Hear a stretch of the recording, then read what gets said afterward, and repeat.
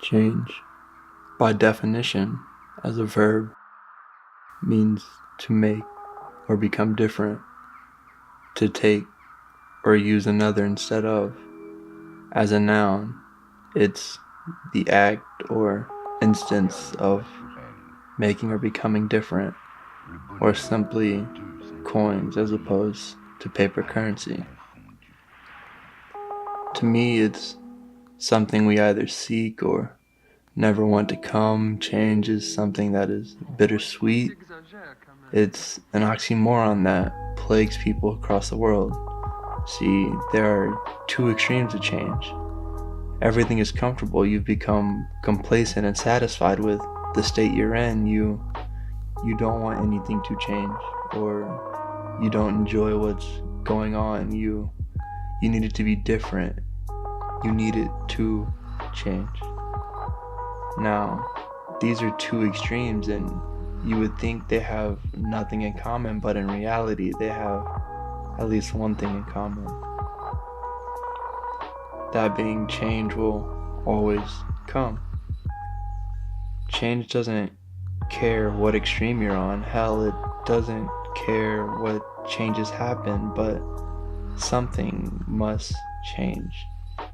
You see, for somebody to really make it, for somebody to be at the top and stay there, they must change and continue to evolve to be the best that they can be.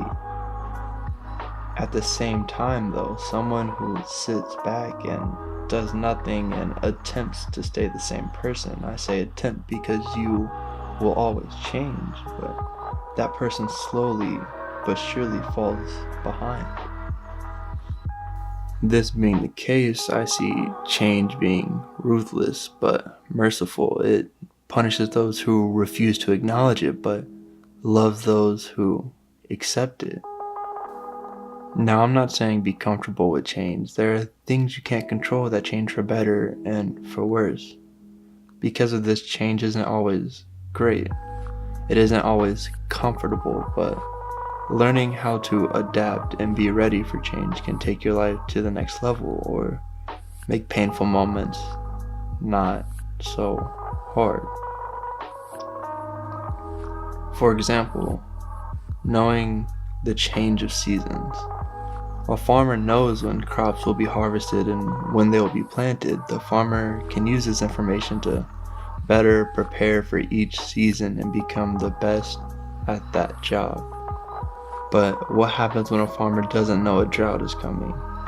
The farmer has two options: continue the same scheduled regimen that ends in famine and possibly death, or change the approach they take and ration food. This example can be carried over into your life too.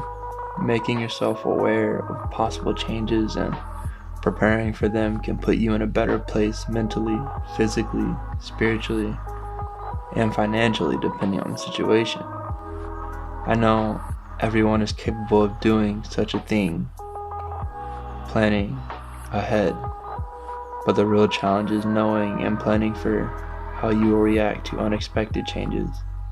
These changes that come without notice show who you really are. They paint pictures of you that you try to hide from the world, but nevertheless get out. So my question to you is, how will you react to the breakup, that car breaking down, that death, that hospital bill?